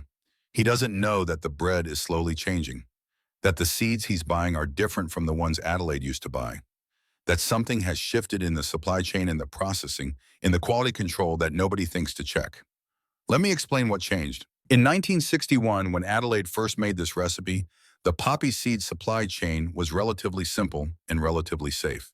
Seeds were grown in Turkey, the Czech Republic, Hungary, Spain. They were harvested. They were washed, multiple times. Industrial washers that remove the opium latex coating that naturally occurs on the seed's surface. Then they were packaged and shipped. The seeds that made it to American grocery stores contained virtually no opiates. Trace amounts measured in micrograms. So small they were clinically irrelevant. You could eat pounds of them and feel nothing but full. But by 2017, things had changed. The internet had created a market, a demand, people looking for unwashed seeds, seeds with higher alkaloid content, seeds that could be used to make tea. Smart vendors saw an opportunity. They could charge premium prices for organic unwashed seeds, market them to 2 different groups simultaneously. Health-conscious bakers who thought unwashed meant more natural meant better flavor. And people who knew unwashed was code for something else entirely. These vendors sourced their seeds differently, from smaller farms, from suppliers who did minimal processing. Sometimes no washing at all, just dried and packaged straight from the pods. The seeds looked identical, tiny, black, crunchy, but they carried something the grocery store seeds didn't, a coating of opium latex, morphine, codeine, thebaine, all the alkaloids that make opiates opiates, and they were sold on Amazon, on eBay, on specialty food websites, right alongside the washed safe seeds, with nothing to distinguish them except carefully worded descriptions and coded reviews. Great for tea. That means potent. High alkaloid content. Very strong flavor. That means dangerous. Approach with caution. Better than grocery store brands. That means unwashed. Exactly what certain people are looking for. People who knew the code could find what they needed. People who didn't remain blissfully ignorant. Bought seeds thinking they were getting better flavor for baking, not realizing they were buying something that could kill them. Thaddeus didn't know any of this. How could he? He's 97 years old. He barely understands how to use his cell phone. His grandson has to help him with anything on the computer. In July of 2018, Thaddeus runs out of poppy seeds. The tin from Safeway is empty. He needs more to make Adelaide's bread. It's been 9 months since she died. The bread is one of the few things that makes him feel connected to her. His grandson visits that weekend, 17 years old. Good kid, smart, patient with his ancient grandfather. Thaddeus mentions needing poppy seeds. I can help you order them online, Grandpa. Probably cheaper than the store. They sit at the computer together. The grandson searches. Types bulk poppy seeds into Amazon. Scrolls through results. Here, this one has good reviews.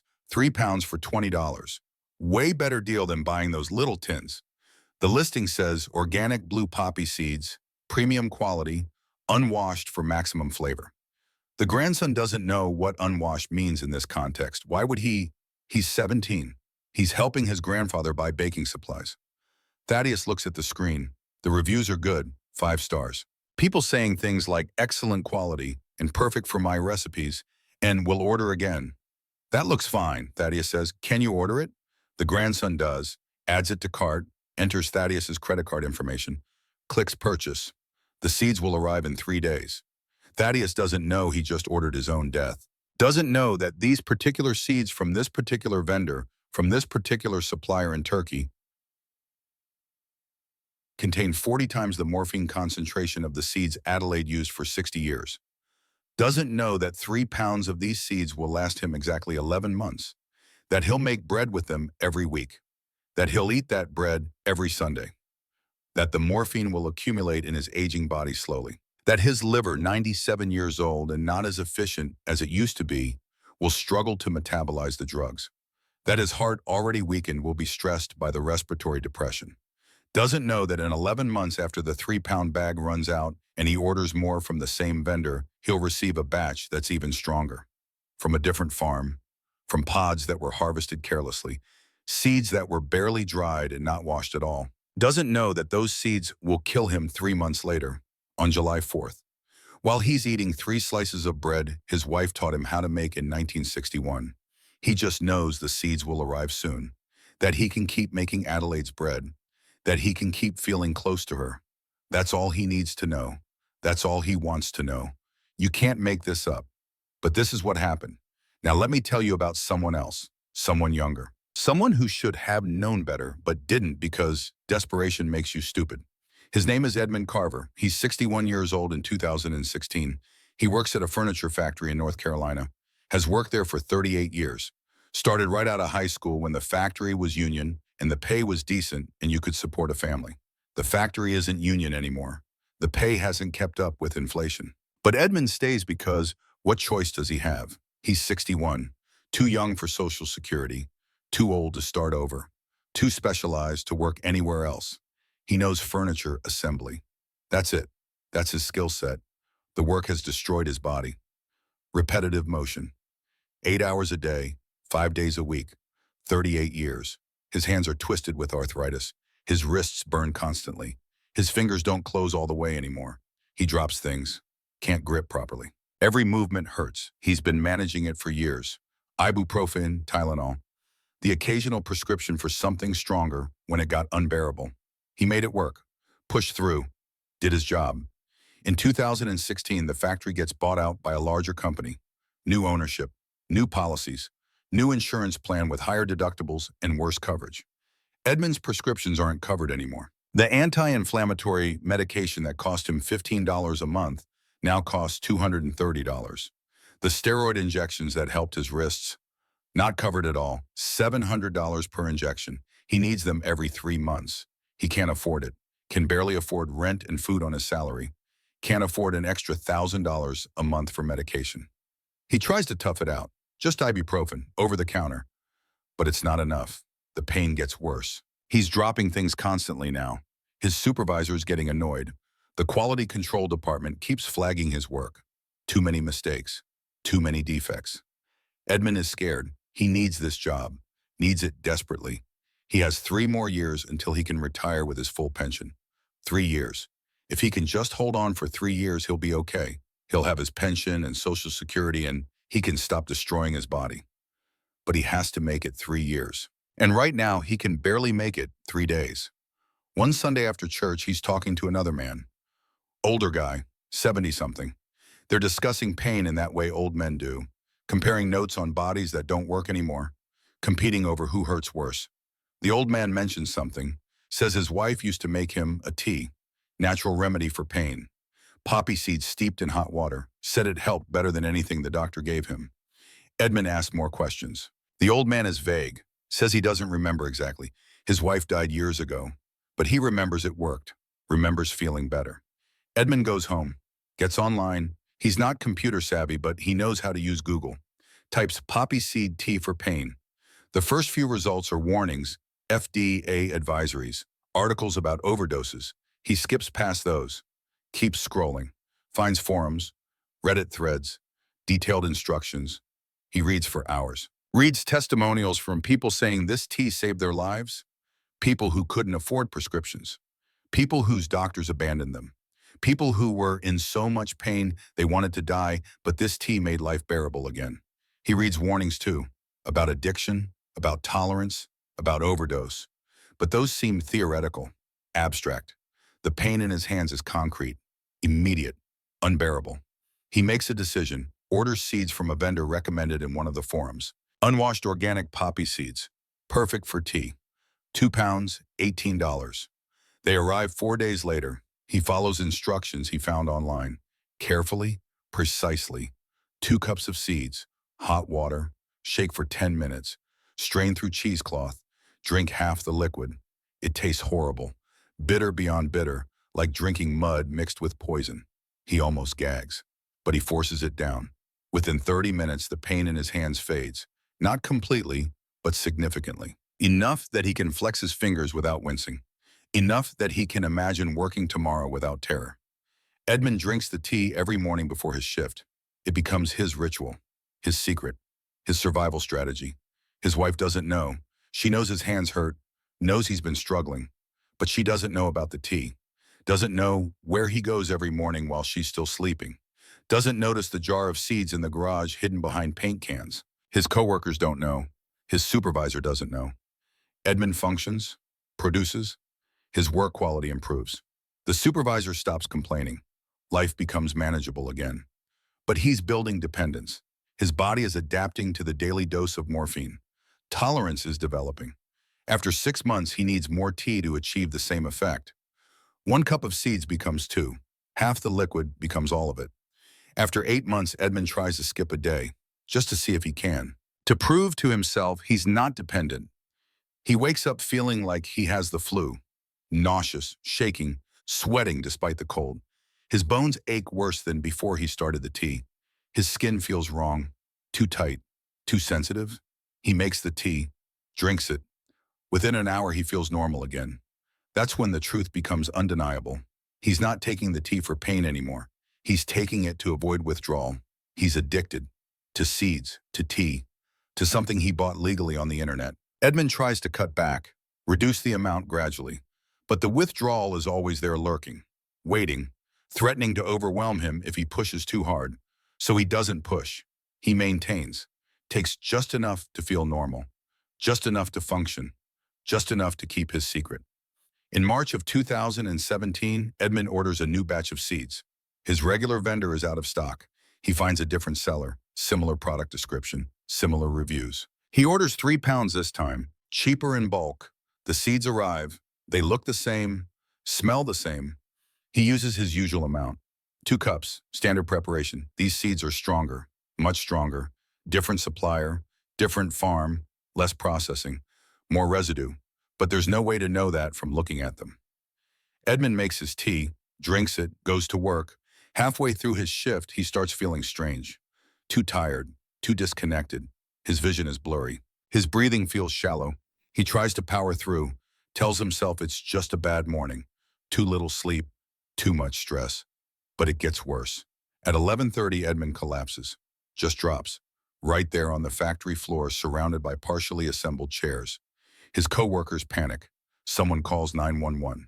The paramedics arrive within 8 minutes. Find Edmund unconscious. Shallow breathing. Pulse weak. Pupils pinpoint. They recognize the signs immediately. Opioid overdose. They administer Narcan, 2 doses. Edmund starts breathing better, starts to wake up. In the ambulance, they ask him what he took. He tells the truth. There's no point lying anymore. Poppy seed tea, from seeds he ordered online. The paramedic looks skeptical but writes it down. At the hospital, the doctors order a full toxicology screen. It comes back positive for morphine. Codeine. The bane. High levels.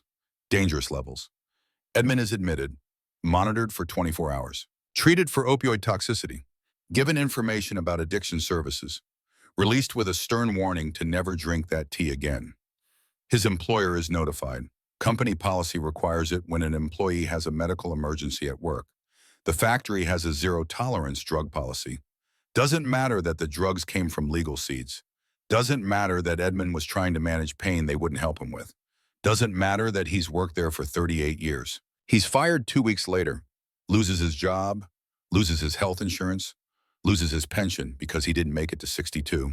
3 more years and he would have been safe. 3 more years and he could have retired, but he's out at 61 with nothing.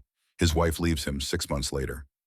Can't handle the shame, the financial stress, the realization that her husband had been hiding an addiction for over a year, that everything she thought she knew about him was a lie. Edmund ends up in a studio apartment, lives on unemployment until that runs out, then disability, $6,200 a month, barely enough for rent and food.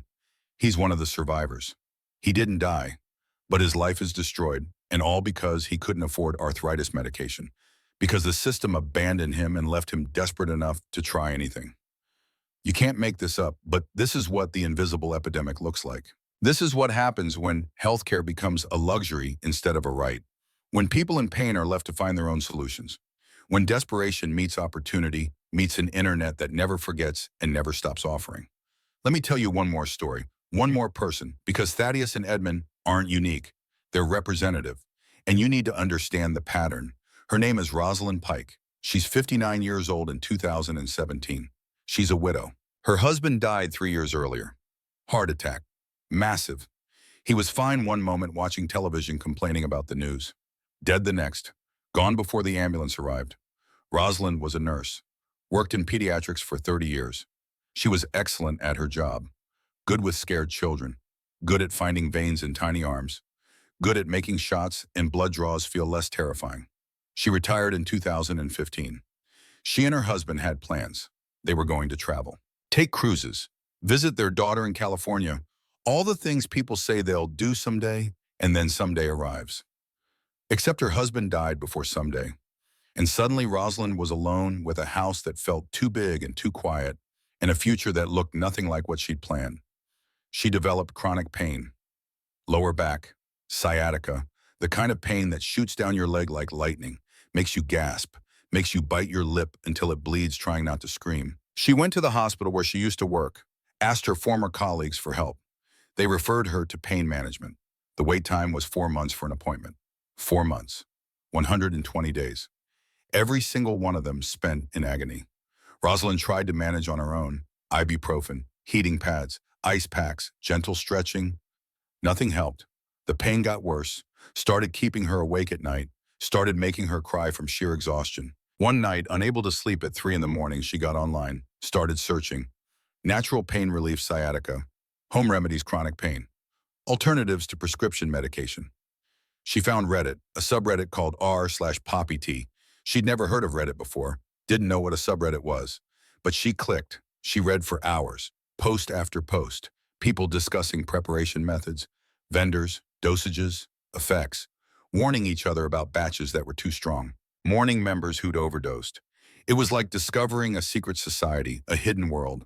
Thousands of people, mostly middle-aged, discussing how to make tea from grocery store seeds, how to manage pain when doctors wouldn't help, how to avoid withdrawal, how to stay functional. Rosalind lurked for weeks, reading everything, learning the language, understanding the risks, but also understanding the promise of relief. She told herself she'd just try it once, just to see if it helped. Just until her pain management appointment in 3 months.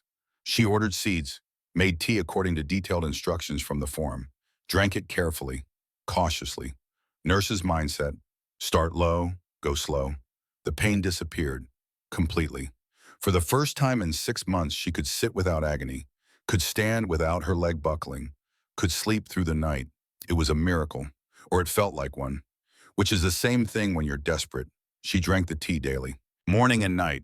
It kept working, but she noticed she needed slightly more each time. The dose that worked yesterday didn't quite work today. So she increased it, just a little, just enough. 1 cup became 2, 2 became 3, 3 became 4. Her nurse brain recognized what was happening, recognized tolerance, recognized dependence. But she couldn't stop. The alternative was going back to that unbearable pain. And she couldn't do that, couldn't survive that. In September of 2017, Rosalind ran out of seeds. Her usual vendor was permanently banned from Amazon. She panicked, searched frantically for alternatives, found a new vendor, paid extra for overnight shipping. The seeds arrived, different packaging, different smell, slightly different color. But seeds are seeds, right? She made her usual amount, 4 cups of seeds, her standard preparation. She'd been doing this for 6 months. She knew what she was doing. These seeds were stronger, significantly stronger, different source, different processing. But there was no way to know that until it was too late. Rosalind drank her tea, felt the familiar relief, then felt something else. Too much relief, too much sedation, her thoughts getting foggy, her breathing getting shallow. She tried to stand up, couldn't. Her legs wouldn't support her. She reached for her phone. It slipped from her fingers, clattered to the floor. She tried to call out. No sound came. Her tongue felt thick. Wrong. Rosalind Pike collapsed on her couch, unconscious, respiratory rate dropping, heart rate slowing, dying. Her neighbor found her 6 hours later. The neighbor had called earlier and Rosalind hadn't answered, which was unusual. They had a standing coffee date every Tuesday morning. When Rosalind didn't show up, didn't answer her phone, the neighbor got worried, used the spare key Rosalind had given her, found Rosalind on the couch. Blue, not breathing, called 911. The paramedics arrived, started CPR, administered Narcan. Rosalind started breathing again, but she'd been without oxygen for too long. Brain damage, severe. She woke up 3 days later in the ICU, intubated, confused, unable to move her left side, unable to speak clearly, a stroke from oxygen deprivation. At 59 years old, the doctors were baffled at first. No drugs in the house except over-the-counter medications, no prescriptions, no obvious source for the opioid overdose. Then they found the jar of poppy seeds in the kitchen, the strainer in the sink, the teacup on the counter with brown residue dried at the bottom. One of the doctors had heard about this, poppy seed tea. He'd read an article, seen a case report. He tested the seeds, high alkaloid content, 48 micrograms of morphine per gram, pharmaceutical grade dangerous. Rosalind survived, barely, but she spent 2 weeks in the hospital, another month in rehabilitation, learning to walk again, learning to speak clearly, learning to use her left hand again. She never fully recovered, still has weakness on her left side, still slurs slightly when she's tired, still lives with the knowledge that she almost died from tea, from seeds, from something that sounded so innocent she didn't think it could hurt her. She never touched poppy seeds again, but the experience changed her, broke something in her that can't be fixed. She'd been a nurse. She'd known about drugs and addiction and opioid receptors. She'd thought she was too smart, too educated, too careful to fall into that trap. But she did, because she was desperate, because she was in pain, because the system failed her and she had to find her own solution. Let's be honest, this is 2017, the same year Adelaide Whitmore dies, the same year Thaddeus starts ordering seeds online, the same year thousands of other people across America are discovering poppy seed tea, some by accident, some by desperation, some by curiosity, and some of them are dying. Not all of them, not even most of them, but enough. Enough that patterns should be emerging, enough that someone should be noticing, enough that alarm bells should be ringing somewhere in the public health system. But nobody's noticing, because when a 61-year-old factory worker has a heart attack that's not suspicious, When a 99-year-old man dies in his sleep, that's just nature taking its course. When a 59-year-old widow has a stroke, that's tragic but not unusual. The deaths are scattered, isolated, spread across the country, different jurisdictions, different medical examiners, different databases that don't talk to each other. No pattern emerges because nobody's looking for one. The FDA knows about poppy seed tea. They've known since at least 2009. They've issued warnings, advisory letters, sent notifications to importers and retailers. But they have no real enforcement mechanism. Poppy seeds are agricultural products, food, not drugs. Unless you prepare them in a specific way, then they become drugs. But how do you regulate something that's dangerous only when misused? How do you ban food?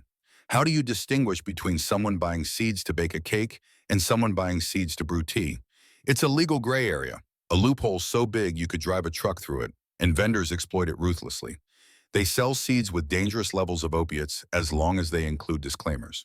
Not for human consumption, for botanical research only. Buyer assumes all risk and responsibility. Yeah, these disclaimers protect them legally. They're selling agricultural products. What customers do with those products isn't their responsibility, or so they claim, or so their lawyers tell them. And customers know what those disclaimers really mean. They're signals, codes. Everyone understands the game being played. Everyone except the people like Thaddeus Whitmore who genuinely just want to bake bread, who don't know the code, who don't understand that unwashed means dangerous, who order seeds thinking they're getting better flavor and instead get a death sentence.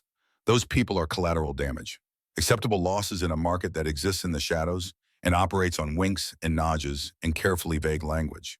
Let me show you what that market looks like in detail, because you need to understand.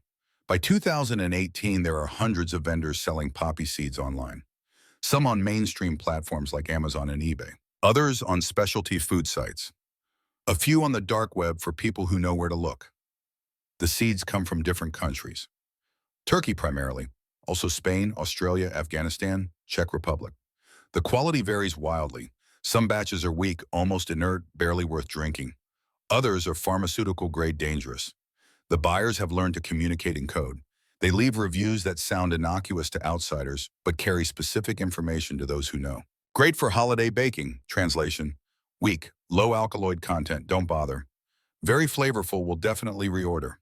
Translation: potent, high morphine levels, effective for tea.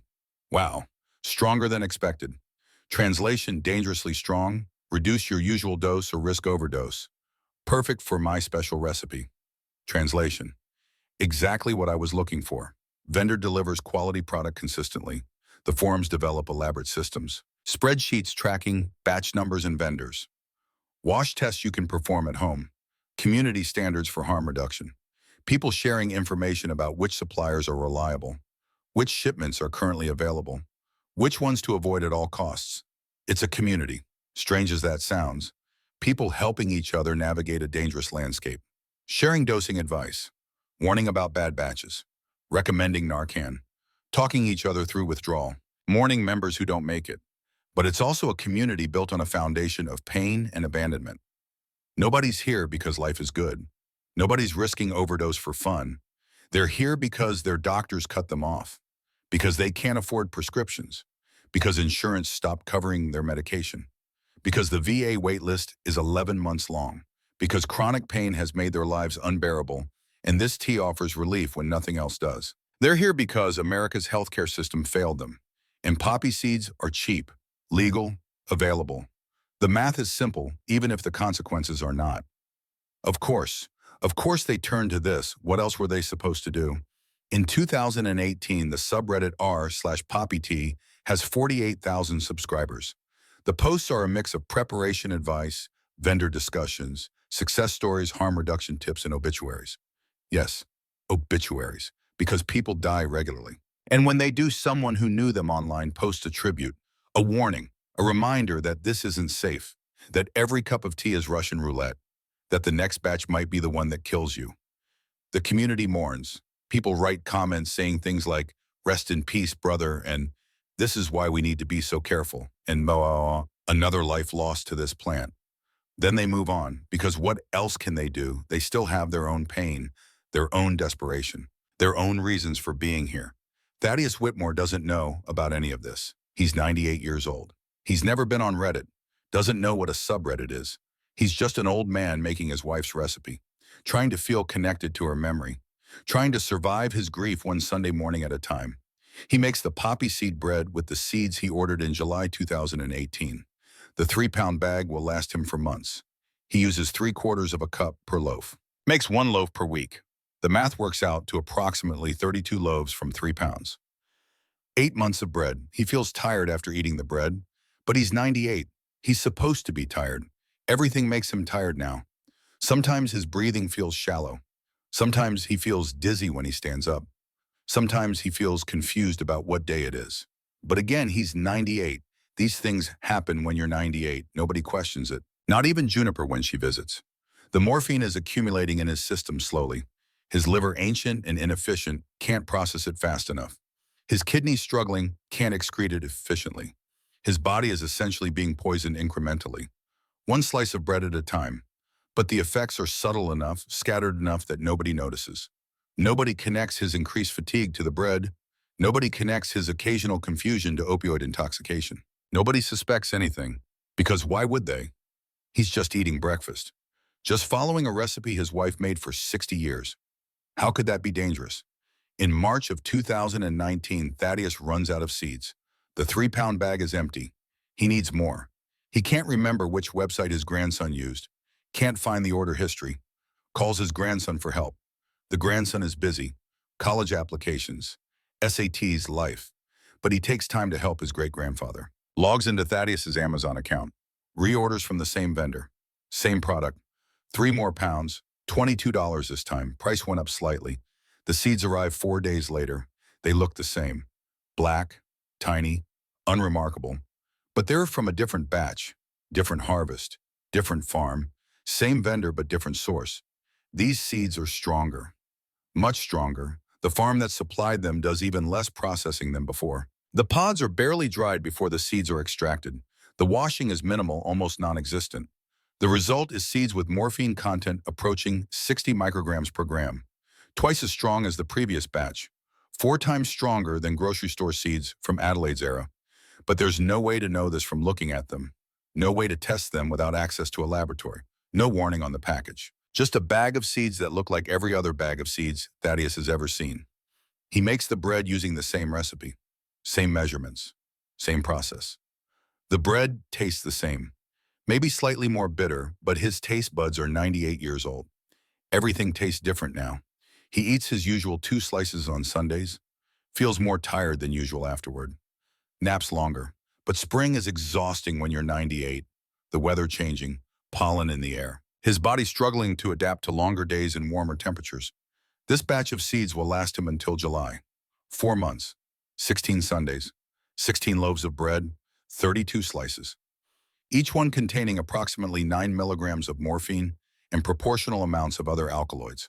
More than enough to sedate him, more than enough to stress his ancient heart and compromise lungs, but not quite enough to kill him. Not yet.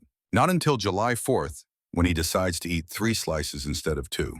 When the perfect storm of factors, stronger sweets, larger dose, hot weather, mild dehydration combines to push his system past the point of no return. We're almost there.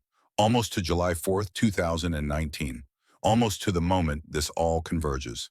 But not quite yet. There's one more piece you need to understand. The people who noticed. The investigators who saw the pattern. The journalists who tried to sound the alarm. Because some people were paying attention. Not enough, not soon enough, but some. That's chapter 4, the reckoning. The moment when the invisible epidemic becomes impossible to ignore. Let's keep going. You can't make this up.